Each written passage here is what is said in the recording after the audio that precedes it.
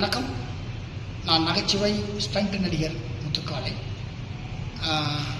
கீழ்ப்பாக்கம் கேஎம்சியில் எனது மனைவி பெயர் மாலதி, வயது 47. தலையில் ஏற்பட்ட ஒரு இரத்த கசிவுனால் ஒரு ஆப்ரேஷனுக்காக சேர்த்தேன். ஆப்ரேஷன் முடிஞ்சு கிட்டத்தட்ட ஒரு 17 நாள் ஆச்சு. பட் அந்த மூலையில் உள்ள ஆப்ரேஷன் சரியானாலும் கூட அதனால் ஏற்பட்ட நுரையீரல் தொற்று, அந்த சின்ன சின்ன தொற்றுகள் என் மனைவி மூச்சு விட முடியாமல் சிரமப்படுத்துகிறது.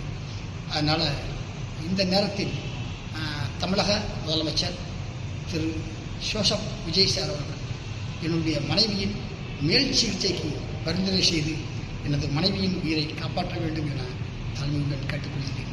கிட்டத்தட்ட ஒரு 17 நாட்களாக தனி மனிதனாக நின்று போராடி வருகிறேன்.